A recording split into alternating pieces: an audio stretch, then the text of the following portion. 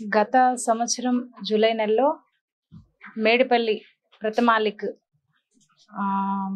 షోరూంలో నేను కారు కొన్నానండి. ఆ కారు వాళ్ళు సెకండ్ హ్యాండ్ బండి దొంగ కారు తీసుకొచ్చి నాకు అమ్మారు వాళ్ళు. ఆ కారు కొన్న రెండో రోజే సెన్సార్ ప్రాబ్లం వచ్చింది. ఆ సెన్సార్ ప్రాబ్లం వచ్చిందని చెప్పేసి వాళ్ళు ఒక ట్రాలీ మీద తీసుకెళ్ళి సర్వీస్ సెంటర్ తీసుకెళ్లారు. ఒక 1 వీక్ తర్వాత ఇచ్చారు. ఈ సర్వీస్ సెంటర్ తీసుకెళ్ళిన ఈ 1 వీక్ లోపు నాకు హెల్త్ బాగాలేక ఒక సర్జరీ వలన నేను ఒక 5 మంత్స్ బెడ్ రెస్ట్ లో ఉండాల్సి వచ్చింది. ఆ 5 మంత్స్ తర్వాత నేను రిజిస్ట్రేషన్కి వెళ్తే చాయిస్ నెంబర్ తప్పు ఉందని చెప్పి ఆర్టీఓ ఆఫీసర్ గారు చెప్పారు. ఈ బండి రోడ్డు మీద తిరిగితే కేసులు బుక్ అవుతాయమ్మా, ఎక్కడ కొన్నారో ఆ బండి అక్కడికి ఇచ్చేసేయండి అని చెప్పారు. ఆ బండి ఇచ్చి కూడా నేను ఇప్పటికి 6 నెలలు అయిపోయింది. మినిమం సంవత్సరం కొని ఇప్పుడు పోయిన జూలై, ఇప్పుడు ఈ సంవత్సరం జూలై వచ్చిందండి. వాళ్ళు అదే నెంబర్ని రేకుతో గీకి అదే కారు రిజిస్ట్రేషన్ చేసి ఇస్తామంటున్నారు. కంపెనీ నుంచి ఒక లెటర్ రాసిస్తామంటున్నారు. నేను వెళ్తేనే రెస్పాండ్ అవ్వట్లేదు. మేనేజర్ గారు నన్ను చూసి పారిపోతాడు. ఏజీఎం గారు లోపల లాకేసుకుంటారు. ప్రతి నెల అప్పటి నుంచి ఈఎంఐ కడతానే ఉన్నాను. లేని కారుకి ఈఎంఐ కట్టాల్సి వస్తుంది. అదొక బాధ. ఈ కారు కొనకముందే మా పెద్ద అబ్బాయికి 2 కిడ్నీలు ప్రాబ్లం అయిపోయి నేను కిడ్నీ నా కొడుక్కి ఒక తల్లిగా డొనేట్ చేశాను.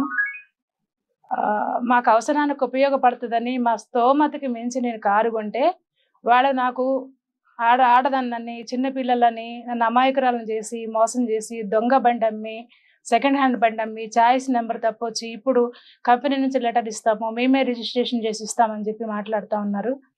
మేము పోలీస్ స్టేషన్కి వెళ్ళిన స్టేషన్లో సార్ వాళ్ళతో కూడా అదే బండి ఇస్తామని చెప్తున్నారు. వాళ్ళు చెప్పినా వినట్లేదు. ఇది మీ అందరికీ నేను నా శ్రేయభిలాషులకి మిత్రులకి నాలాంటి కార్లు కొనే వాళ్ళకి అందరికీ మీ అందరికి చేతులకి నమస్కారం చేస్తున్నా.